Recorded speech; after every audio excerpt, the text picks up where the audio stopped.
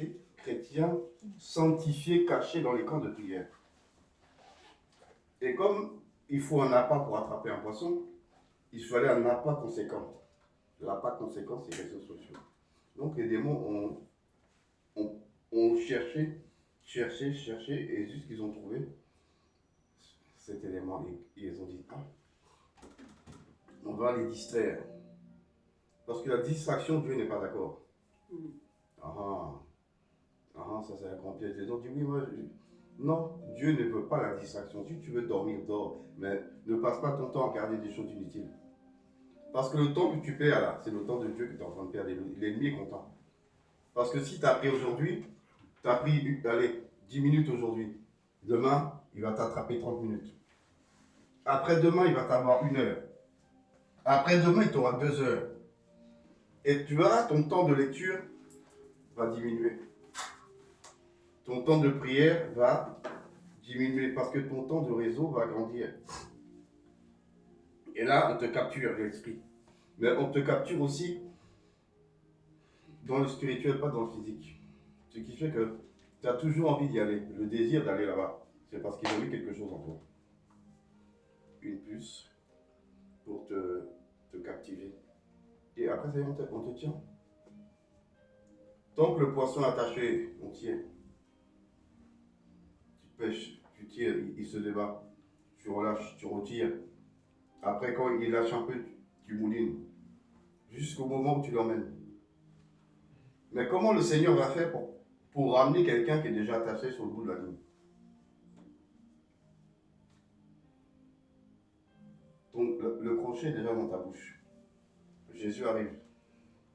Comment Jésus fait pour t'attraper dans l'eau? Il te tire, il ne peut pas, parce que tu as accroché par l'hameçon qui t'empêche de venir à lui.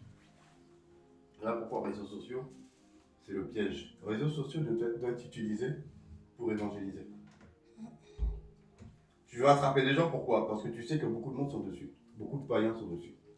Beaucoup de frères dans les églises de la voie large sont là-bas. Donc, toi, tu viens, tu mets des messages de la sanctification pour les attraper. Parce que tu sais qu'ils vont là-bas. Donc, tu ouvres ton compte et tu balances dessus. Et quand toi, tu attrapes quelqu'un, tu es content. Parce que quand ton TikTok paraît et on te voit en train de dire la parole du Seigneur et que quelqu'un, ça l'a touché, le Saint-Esprit à travers toi a touché quelqu'un, lui, là, Dieu le comptabilise pour toi. Amen. Parce que le truc, là, tu es ici en France. Mais il y a un gars au Vietnam, il peut t'allonger sur la plage, il balance son truc sur TikTok et il te voit en train de dire. Et le Saint-Esprit le convainc pour dire, mais ce qu'il dit là, ce que le frère Arthur dit là, c'est la vérité.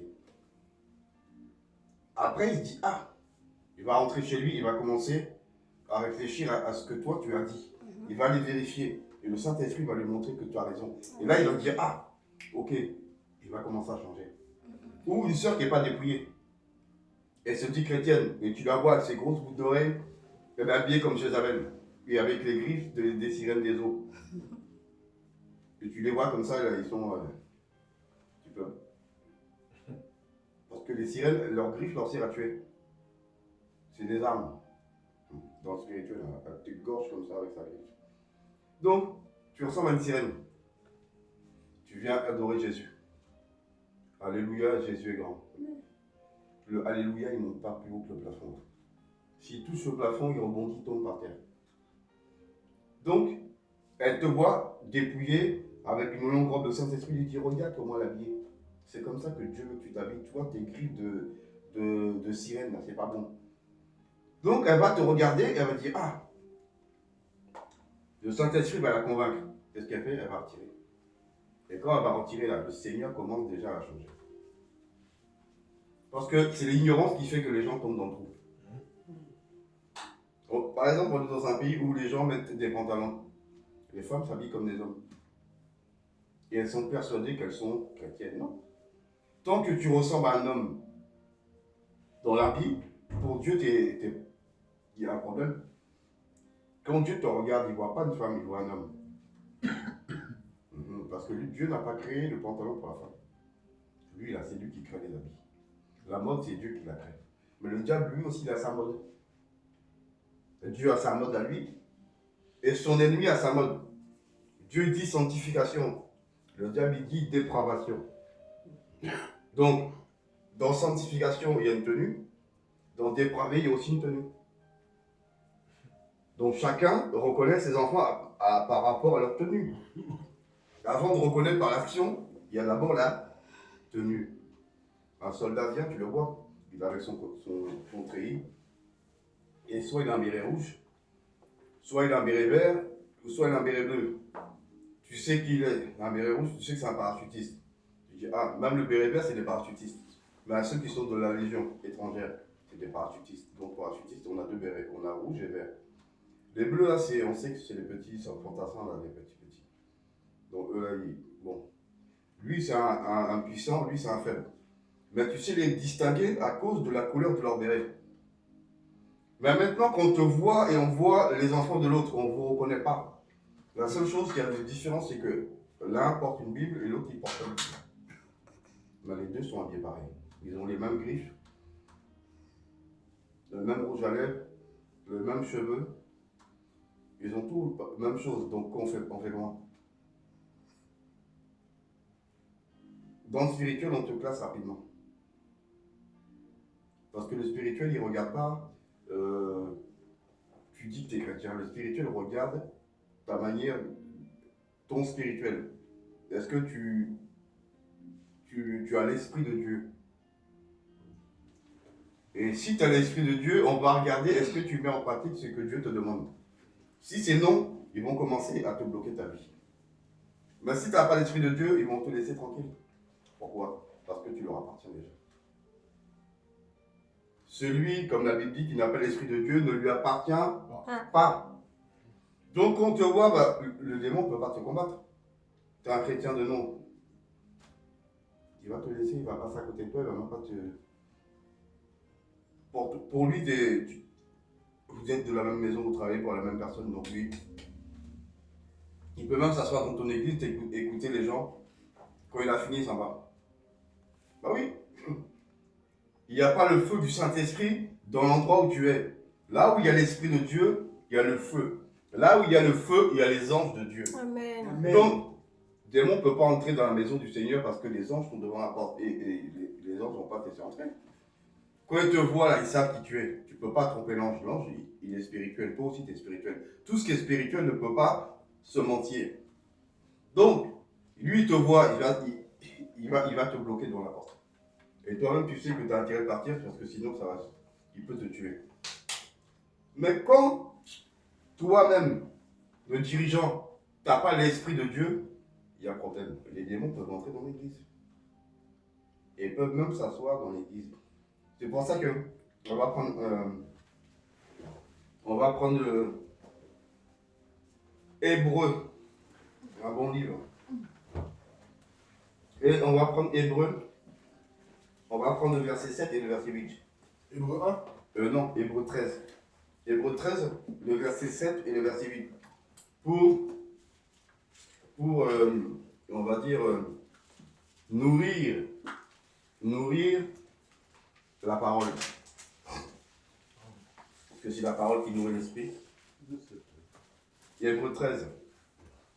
Hébreu, c'est avant Jacques.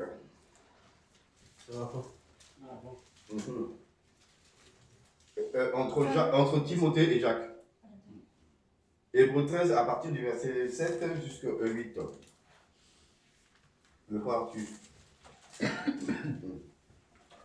Amen, amen. Amen, amen. Je lis la parole de Dieu dans Hébreu 13, versets 7 à 8. On se lève pour la première lecture.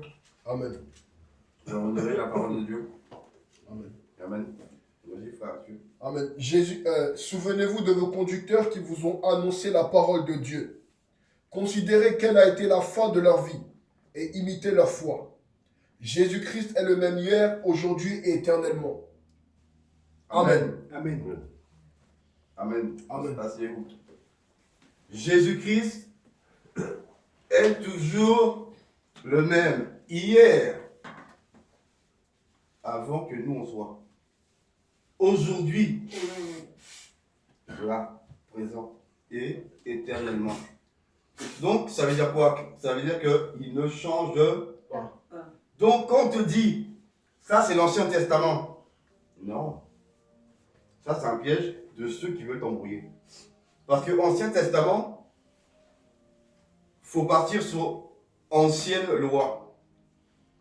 Amen. Parce que, où tu peux les attraper, pour les remettre à leur place, déjà avec Hébreux 13, verset 8. Là, tu peux les attraper. Mais tu vas les attraper sur l'alliance. Parce qu'il y a deux alliances. Il y a l'alliance avec Moïse et il y a l'alliance avec Christ. Qui n'est pas du tout la même alliance. Amen, c'est vrai.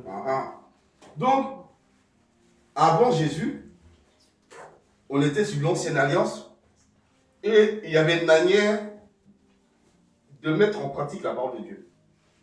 Mais lorsqu'on est passé sous l'ère de l'esprit, parce que quand Jésus est arrivé, c'est l'ère de l'esprit, là il y a une autre manière de mettre la parole en pratique, mais plus en profondeur. Amen, c'est vrai. Parce qu'avant, tu voyais une femme qui te plaît, tu pouvais la regarder 10 fois dans la journée. Et il n'y avait pas de problème. Mais en Jésus, là, en Jésus, là, il y a un problème.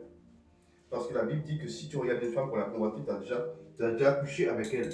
Donc avec Jésus, là, regarder et apprécier, c'est avoir eu un rapport en spirituel. Donc, le Seigneur considère que celui qui va physiquement coucher avec une femme, lui tous les jours, il a rendez-vous avec l'homme, il va faire ses affaires. Toi, tu fais que... Regardez. Toi, tu regardes seulement. Donc, toi, tu couches spirituellement et lui, il couche physiquement. Dans l'Ancien Testament, il fallait coucher physiquement pour être dans le péché. Spirituellement, non, c'était pas... On ne sait pas, ça n'existait pas. Si ça n'existait pas, ça ne prend pas. Maintenant, dans le Nouveau Testament, eh ben, les deux sont valables. Physiquement et spirituellement, Dieu les met au même niveau. Un exemple encore. Un exemple que Dieu met le péché spirituel et le péché physique au même niveau. On le voit dans... On le voit aussi dans Apocalypse 22, 11. 22, 11, je vais regarder. 22, 11. Que celui qui est injuste soit encore injuste. Non, plus bas. Plus bas, il dit que quiconque aime ou pratique, ou pratique le mensonge. Donc aimer le mensonge, c'est pas le pratiquer. C'est comme celui qui regarde des femmes. Il dit, je regarde, j'ai rien fait. Ah oui, tu as regardé. Avant Jésus, c'était bon. Après Jésus, là, c'est plus bon même. Mais c'est regarder comment? Regarder pour convoiter. Ça veut dire que tu as des désirs vis-à-vis de la femme qui n'est pas ta femme. Et spirituellement, tu n'as jamais rien fait physiquement avec elle. Mais dans ton esprit, là, ta tête a déjà fait 10 000 choses avec elle. Alors, le jour du Seigneur, celui qui couche physiquement et toi, vous allez juger de la même manière. Parce que Dieu, là, il n'est pas dans la blague avec sa parole. C'est pour ça qu'il faut bien comprendre l'ère de l'esprit est différent de la première alliance. La première alliance n'est pas la même chose que la deuxième alliance. La deuxième alliance, on est plus spirituel. Donc on doit faire attention à beaucoup de choses. Que avant, dans l'ancienne alliance, tu pouvais avoir 2 ou 3 femmes, 4 femmes, Dieu ne disait rien. Mais dans la nouvelle alliance, il dit que chaque homme est sa femme et que chaque femme est son mari. Donc là, il te dit non, Lui, ça veut dire qu'il ne tolère plus ce qu'il tolérait avant dans l'Ancien Testament. Dans l'Ancien Testament, Dieu tolérait beaucoup de choses, mais depuis Jésus, il ne tolère plus rien. La droiture, droit. Parce que le Fils est l'empreinte de la personne de Dieu. Donc si le Fils vient, c'est pour aligner l'homme avec ce que le Père pense.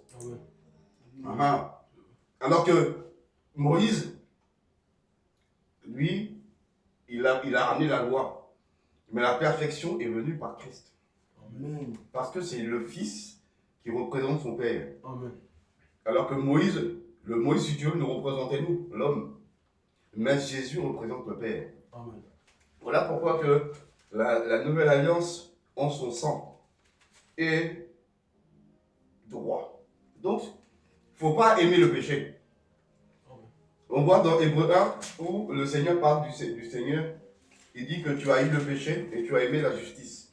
Mais avant je vais attraper.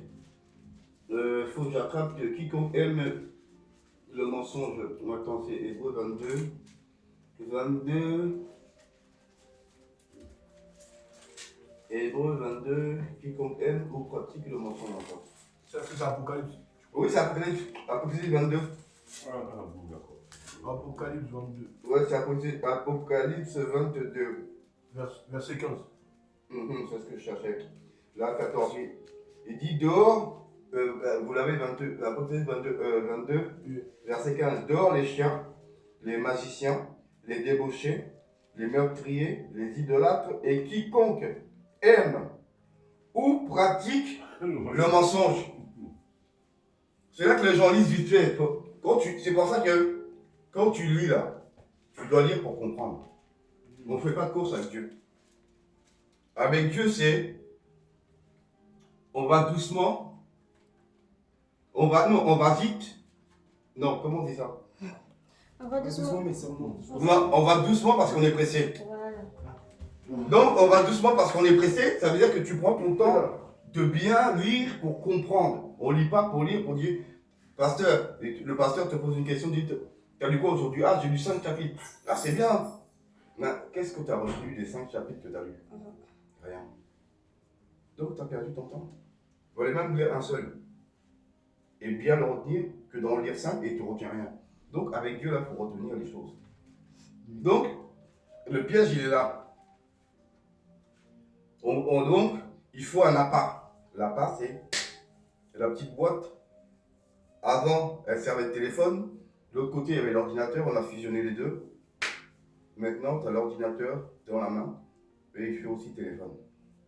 Donc, le téléphone, qui faisait que téléphone, maintenant, on l'a fusionné dans le spirituel avec l'ordinateur pour que les deux soient liés. Maintenant, les gens sont YouTube, Facebook, TikTok, ils sont liés. Ben, ça veut dire que déjà on t'a attrapé. Mais si tu passes ton temps dessus pour évangéliser les gens, Dieu est content. Parce que c'est le travail que Dieu t'appelle à faire. Donc tu prends les armes du diable et tu l'utilises contre lui. Mais si tu prends ces armes pour te distraire, c'est lui qui t'a eu. Dieu ne veut pas de distraction. La distraction n'est pas permise avec Dieu.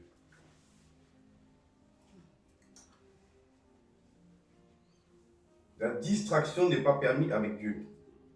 Et les réseaux sociaux sont la plus grande source de distraction pour un chrétien. Tu vas faire quoi là-bas? Tu vas te distraire. On va te montrer des choses qu'il ne faut pas te montrer. On va te montrer des femmes qui ne sont pas très bien habillées. Et on va te montrer des hommes qui ne sont pas bien habillés. Donc tu vas faire quoi? Souiller tes yeux. Et qu'est-ce que Dieu dit? La souillure, il n'en veut pas. Parce que la souillure crée des problèmes. Les yeux là, c'est une porte. Les yeux de l'homme sont une porte. Une porte d'entrée. Quand tu regardes l'écran, il y a des esprits qui peuvent entrer en toi. Tu regardes un film qu'il ne faut pas regarder, ou une émission qu'il ne faut pas regarder, les démons qui sont dans l'écran, ils sortent, ils rentrent en toi. Pourquoi? Parce que tu fais quelque chose que Dieu t'a dit de ne pas faire, et eux, ils savent que tu n'as pas le droit de faire, donc ils profitent du portail de tes yeux pour entrer.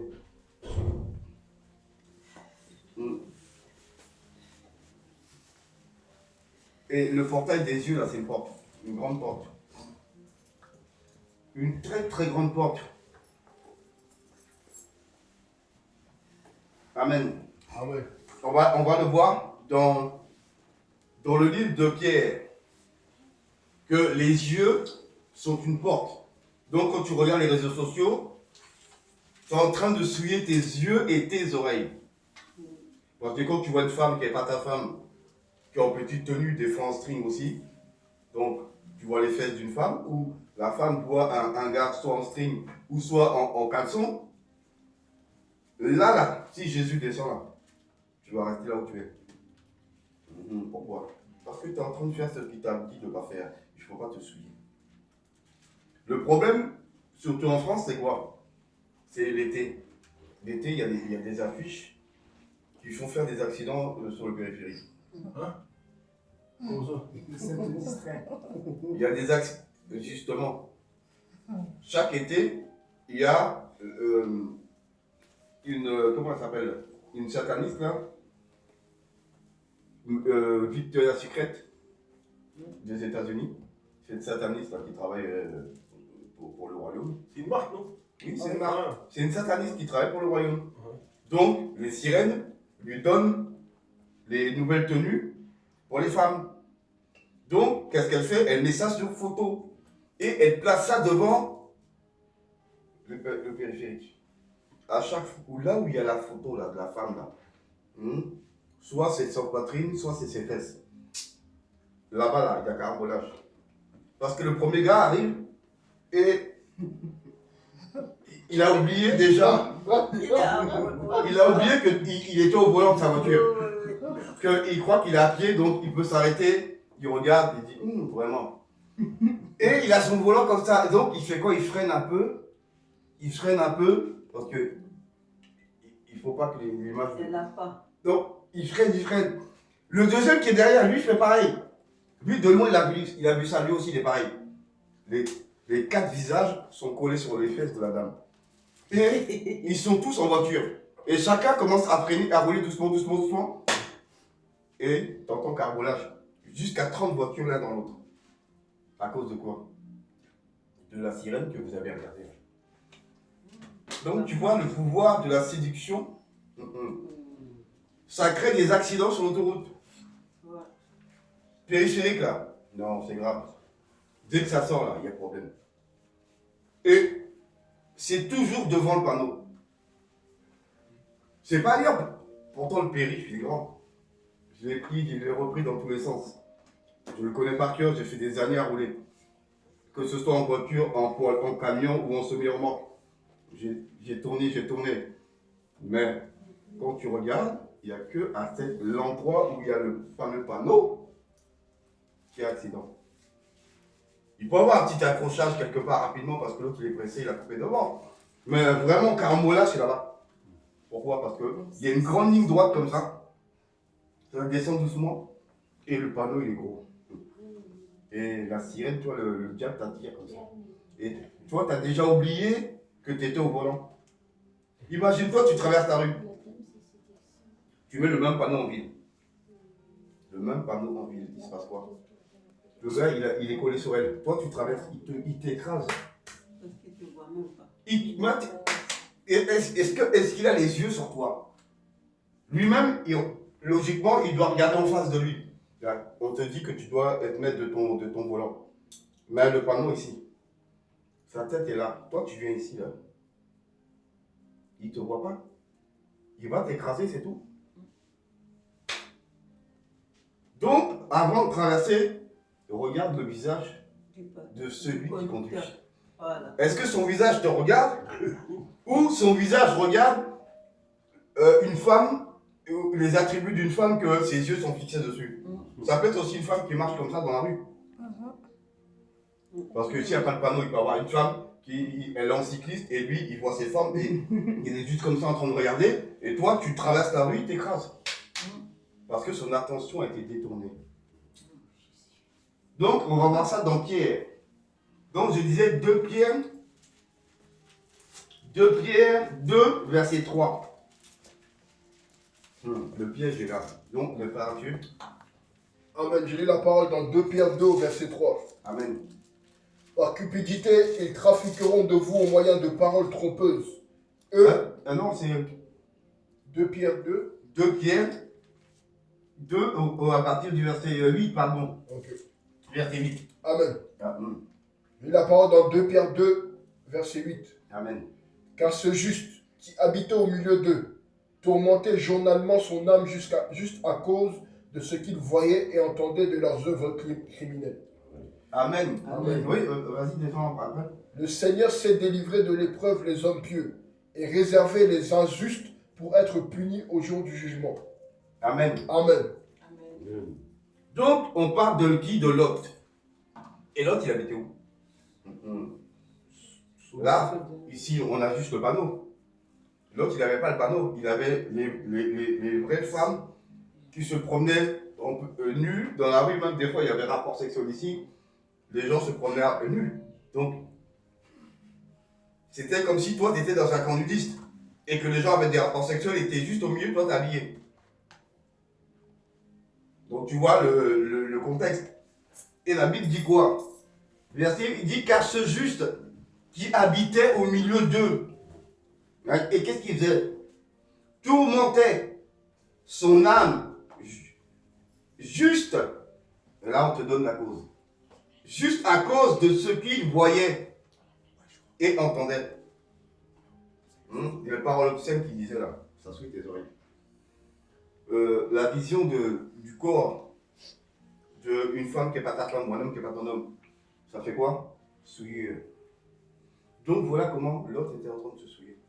Donc quand toi tu regardes aussi les réseaux là où tu vois des femmes là, où tu vois les hommes là, ça y est, toi aussi t'es dedans. T'as souillé tes yeux, t'as souillé tes oreilles. Voilà pourquoi Dieu ne veut pas que tu ailles sur les réseaux sociaux. Voilà pourquoi il ne veut pas que tu ailles non plus sur YouTube. Si tu vas sur YouTube, ça dépend ce que tu vas voir. YouTube, il y a plein de choses dedans. Si tu tapes armée de prière de délivrance en Jésus, ou tu tapes musique chrétienne, et attention aux musiques chrétiennes.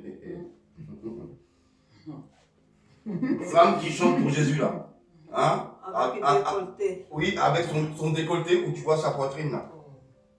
Elle met en valeur, elle dit, c'est ce qu'ils appellent chez les païens, se mettre en valeur. On met en valeur qui? Le Christ.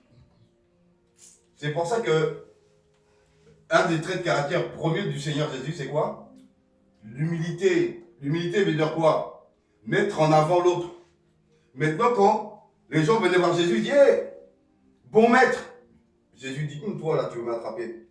Il dit, il y a de bon que Dieu seul. Donc Jésus renvoie à son Père la gloire. Tu veux l'attraper, tu ne l'auras pas. Mais le problème de l'homme aujourd'hui, l'homme orgueilleux, il tombe dans le trou. Toi, tu es trop. Toi, tu es trop ambitionné. Toi, tu es trop puissant. Toi, tu as trop de dons. Tu prends la gloire de Dieu là. Quand tu parles, tu voles la gloire de Dieu. Et Dieu là, il ne partage pas sa gloire avec quelqu'un. Amen.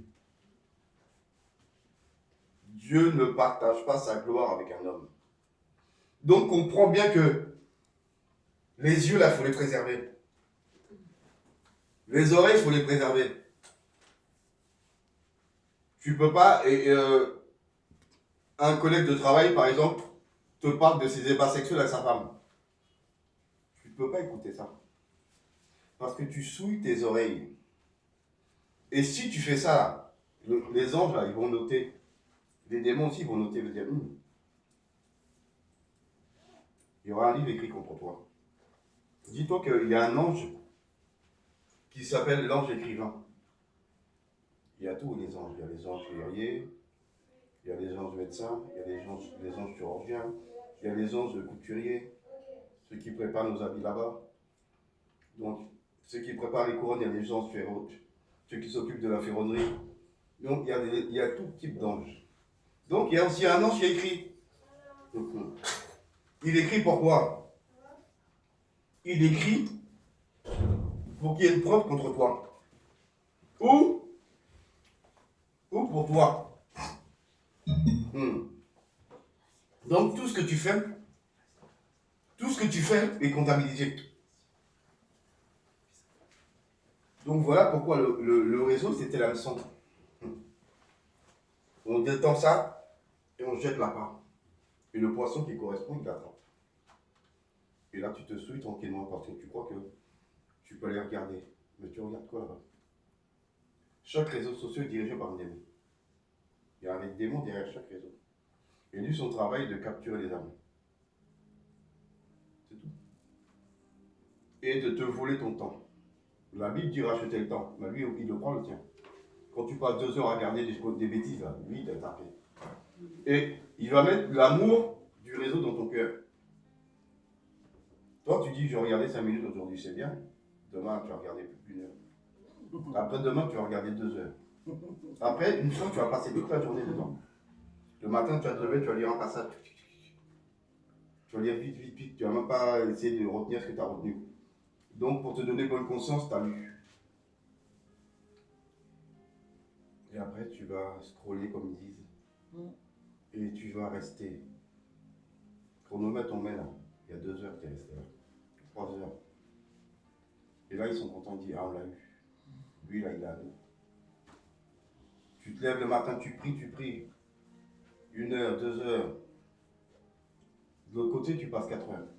Mais devant Dieu, tu passes que 2 heures. Et de l'autre côté, tu passes des fois des 6 heures. Et tu dis, non, je suis un chrétien. Non. Tu es un païen déguisé en chrétien. Pourquoi? Parce que l'ennemi a réussi à t'attraper. Le temps de Dieu lui appartient. C'est pour ça que la Bible nous dit qu'on ne s'appartient plus à nous-mêmes. On est devenu la propriété de celui qui nous a rachetés. Donc on doit faire les choses qui lui plaisent à lui, pas ce qui nous plaît à nous. Avant, on pouvait se distraire. Tu pouvais te distraire dans toutes les manières. Avec les femmes, avec l'alcool, avec la drogue, tout ce que tu veux. On pouvait faire ça tranquillement. On n'appartenait à personne. On était libre. Mais quand on est venu à Jésus là, on est devenu la propriété du Seigneur. Amen. Et en étant sa propriété, on ne peut pas faire ce qu'on veut. On est obligé de faire ce que lui, il veut que nous fassions. Et ce qu'il veut, c'est qu'on évangélise avec les réseaux sociaux, mais pas qu'on se fasse capturer par le réseau et ça y est, on ne bouge plus. Parce que dès que tu commences à regarder pendant des heures et des heures, ta vie de prière descend. C'est systématique. Parce que c'est un outil pour combattre ta vie de prière. C'est un outil pour combattre ta vie de méditation. C'est un outil pour te combattre. La flamme là, ton feu là, il fait ça. C'est comme si on jette un peu d'eau à chaque fois. Tu vois, mais le feu il descend pas vite. Hein. C'est pas, tu vois, il descend pas vite le feu, parce que c'est un feu puissant. Donc petit à petit, il va descendre. Et eux, ils voient le mur descendre tout doucement. Toi, tu vois pas le mur hein, descendre, eux voient. Et puis, ah, ça y est. Et là, dès que ça arrive ici, là, ils peuvent avoir accès à toi. Déposer une puce dans ta tête. Déposer l'amour de leurs réseaux sociaux dans ton cœur. Pour qu'à chaque fois, quand tu as fini de lire, tu as fini de prier, hop, tu es collé derrière eux, ils sont contents, ça y est, on l'a eu. Après, tu ne combats plus. Tu fais ta vie, ils ne seront plus derrière toi. Pourquoi? Parce qu'ils savent que déjà, ils t'ont déjà inscrit dans leur carnet. La Bible nous parle du livre de vie, non? De qui?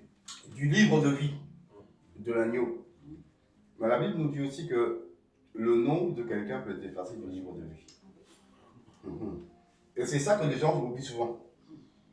Quand tu viens à Christ, tu as donné ta vie à Jésus. Tu es passé par une délivrance totale. Tu as reçu son esprit qui est entré en toi. Et comme le Saint-Esprit habite en toi, tu es devenu enfant de Dieu. L'ange, avec sa plume en or, écrit ton nom en lettres d'or dans le grand livre. C'est un grand livre. Il est écrit. Mais le jour où tu commences à dévier et à retourner dans le monde, ton nom risque d'être effacé. Et si tu meurs en étant dans le monde, il n'y a plus ton nom là-haut. C'est qui fait que tu arrives là, quand tu dis non, on ne vous connaît pas. L'ange va regarder dans le livre. S'il ne trouve pas ton nom là, tu ne peux pas entrer. Alors que pourtant, quand tu t'es fait baptiser, tu as accepté Jésus-Christ, d'abord tu as eu ta délivrance, tu as fait ton baptême, tu as reçu le Saint-Esprit ce jour-là. Si tu mourais, ton nom était écrit. Mais au lieu de grandir en Jésus, tu t'es laissé gagner par le monde. Tu t'es laissé gagner par les plaisirs du monde. C'est pour ça que 1 Jean 2,15 nous dit, n'aimez point le monde, ni les choses qui sont dans le monde. Celui qui aime le monde, l'amour du Père n'est point en lui. Et qu'est-ce qu'il y a dans le monde? La convoitise des yeux, la convoitise de la chair, l'amour de l'argent et les réseaux sociaux. Voilà. Voilà. Et les plaisirs charnels. Le plaisir charnel, l'alcool et la drogue. Et la musique mondaine, voilà. Ça y est. les 7 éléments là, ça te détruit. Et le chrétien, tu ne peux pas le détruire avec l'alcool, ni avec le sexe, mais tu le détruis avec les réseaux. Et tu vas l'habituer à souiller ses yeux chaque jour, sans que lui se rende compte qu'il se souillait. Donc quand tu demandes pardon, est-ce que tu demandes pardon, Seigneur, pour tout ce que tes yeux ont vu? Tu peux aller dans le métro, tu croises une femme avec son décolleté, c'est pas toi qui as dit à la femme de venir. Parce que des fois, tu peux chercher le problème. Tu peux chercher toi-même le problème. Mais des fois, tu ne cherches pas le problème. Le problème arrive en face de toi. À moins que tu sois aveugle, c'est pour ça que Jésus dit heureux les aveugles, les gens ne comprennent pas. Le sens. Il ne parle pas d'être aveugle dans le sens physique. Non, spirituel. Il parle d'être aveugle dans le sens physique. Ça veut dire que ces genres de choses, tu ne peux pas les voir. Même une femme nue, là, elle te parle, tu ne la vois pas. Donc comment tu peux pécher vu que tu ne peux pas la voir? C'est ça. C'est dans ce sens-là que Jésus parlait. Parce que même si elle est déshabillée devant toi, elle fait tout ce qu'elle veut, elle ne peut pas t'attraper dans son péché. Alors que l'autre qui arrive avec son décolleté, tu as vu, c'est fini. L'autre, elle passe devant toi comme ça. Elle porte une jupe, pas forcément une jupe, mais une jupe qu'on voit chez ses cuisses. Tu as vu ses cuisses, là, c'est fini. Tu n'as pas le droit de regarder ça. Femme qui porte bras mince, là, tu regardes, c'est pareil. Ah bon? Donc, oui, parce que c'est interdit. Le corps de l'homme. C'est quoi, pardon? Le corps, bras mince, ça veut dire le truc coupé où tu vois son bras. Donc, ça, c'est bras mince. Et l'été, là. L'été, les hommes, bras mince, mais il n'y a pas que ça. Le fameux short. Bon, quand tu en. Il y a celui-là et celui du football et du tennis qui arrive ici. Peu importe l'un ou l'autre. Les deux là. Tu peux pas mettre. Un chrétien n'a pas le droit de montrer ses cuisses. Ah, il y a ça dans la Bible. Que ça, jusqu'ici, c'est la nuit. Oui, c'est un caleçon. Quand Dieu a ordonné de faire des caleçons pour Aaron, Voilà, c'est ça. parce que si tu as dit s'il voit sa nudité, Dieu va le frapper.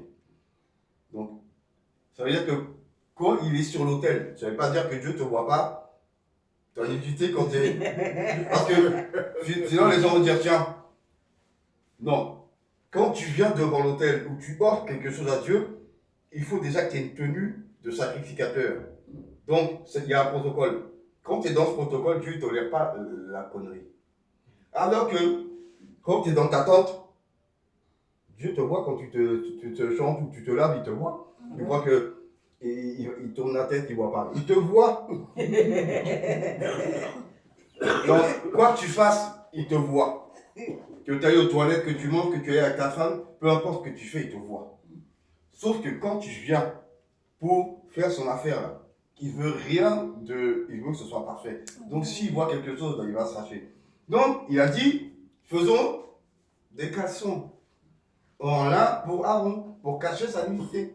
Donc Dieu a dit pour cacher la chose c'est lui qui a fait justement. Il a dit il a fait l'homme à son image. Donc c'est ce que tu as, il l'a aussi. Sauf que lui il dit non, il ne faut pas que lui il voit dans la cérémonie.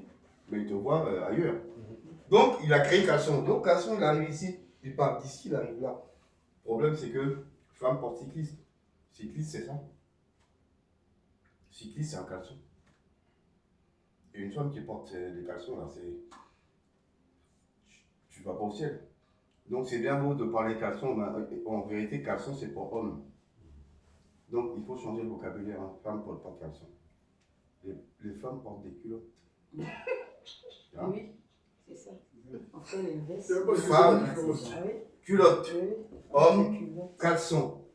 Parce que celui qui a créé les caleçons, il s'appelle l'Éternel des armées. Culotte française. C'est lui qui a créé le ciel et la terre. On ne parle pas d'un homme à qui Dieu a donné de l'intelligence pour créer des vêtements d'homme. Ou une femme pour créer des vêtements de femme. Dieu lui-même a dit, voici comment toi tu vas créer le caleçon que lui.